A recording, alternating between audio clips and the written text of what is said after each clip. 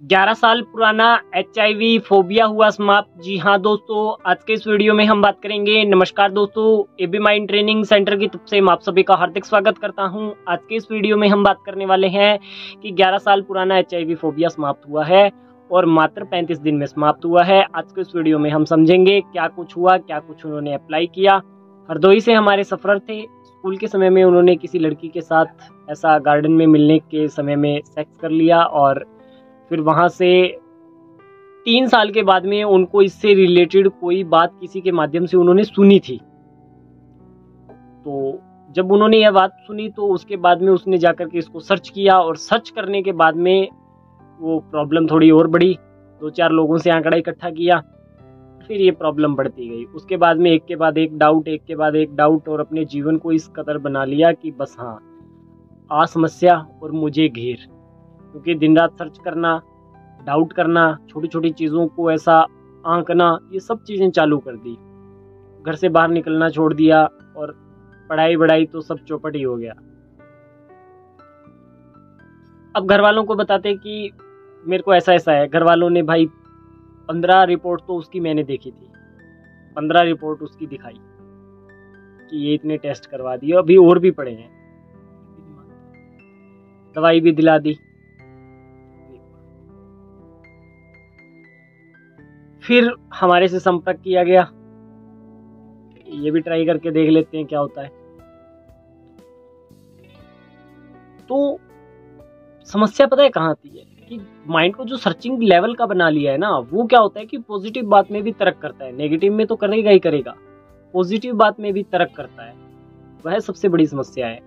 तो उस समस्या से उनको बाहर निकाला गया। Counselling, therapy, SST technique, ART technique और बहुत सारी एफर्मेशन का प्रयोग करवाया गया। उनके लिए तो मैंने उनके जितना ट्रीटमेंट चला ना उनका, उसके अंदर मैंने कम से कम 17 बार एफर्मेशन को चेंज किया था उस व्यक्ति के। और इतना कभी मैंने किया नहीं था कि ये जो सफरर होते हैं ना HIV वाले, ये थोड़े से केस होता है ना, ये जटिल होता है।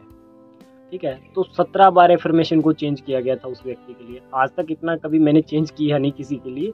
2 से 3 बार चेंज जरूर होती है एफर्मेशन, पर इतना भी नहीं होता। उसके लिए 17 बार एफर्मेशन चेंज किया, तब जा करके उसको रिजल्ट मिला वहाँ। तो अंत में सफलता हमने पा ली और वह व्यक्ति मार्च में ठीक हो गया था। 26 मार्च के करीब ठीक हो गया था और अभी फीडबैक और हो गए उनके, तो अच्छा खासा उनका जीवन चल रहा है। तो कहने का मतलब है कि जो चीज़ें करवाई गई उसके बाद में जब उनसे फीडबैक में पूछा गया कि हाँ कौन सी चीज़ें अच्छी लगी, तो कहते हैं आपकी तो सारी चीज़ें अच्छी लगी।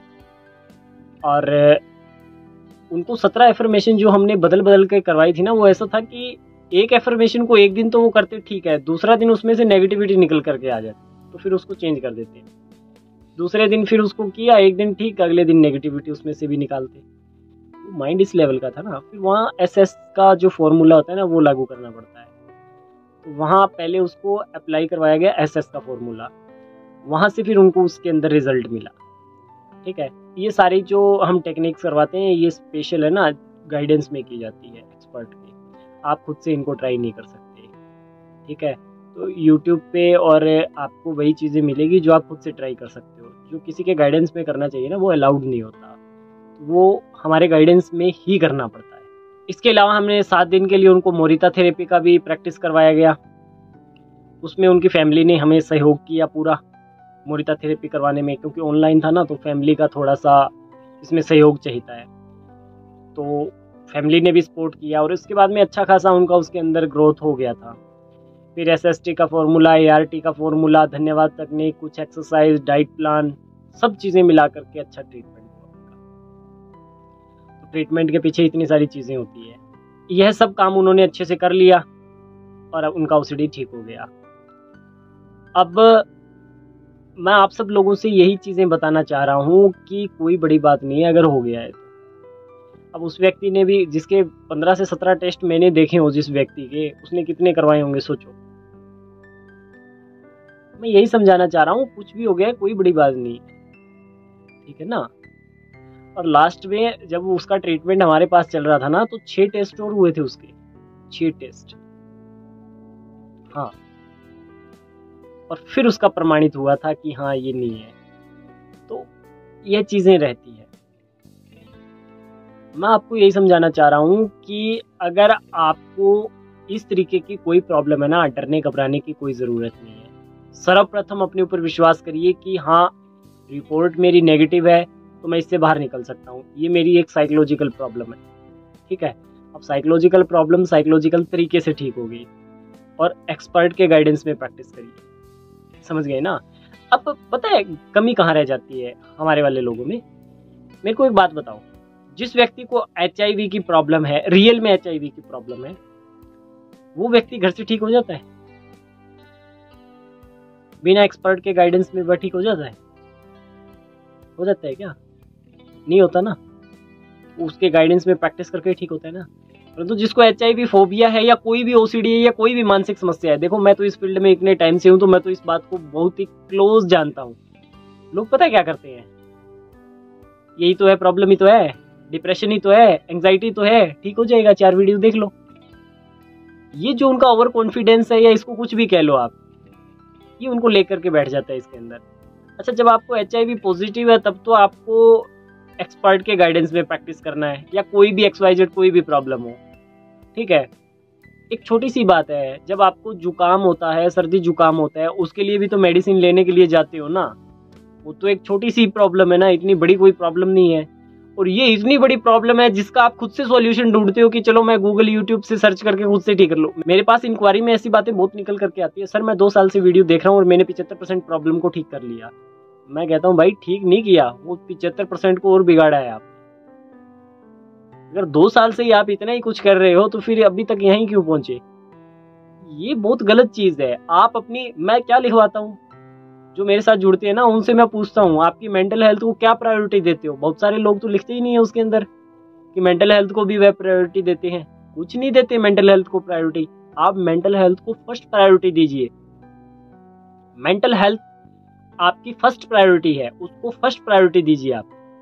और यही प्रॉब्लम हो रही है आपके साथ में, क्योंकि मेंटल हेल्थ को तो फर्स्ट प्रायोरिटी देते ही नहीं हो। आप सोचते हो कि चलो वीडियो देख करके OCD ठीक कर लेते हैं, वीडियो देख करके ये ठीक कर लेते हैं, वो ठीक कर लेते हैं। देखो वीडियो सभी के लिए एक तरीके का एक प्लेटफॉर्म है, वो बनाया जाता है कि ये ऐसा करके इससे कनेक्ट करके आ जाए, ठीक है ना। एक एक व्यक्ति की पर्सनल प्रॉब्लम को हम यहाँ थोड़ी ना बता सकते हैं, बताओ। और प्रत्येक व्यक्ति को एक जैसी सेम प्रॉब्लम नहीं होती, थोड़ा बहुत उसके अंदर अंतर होता है, ठीक है ना।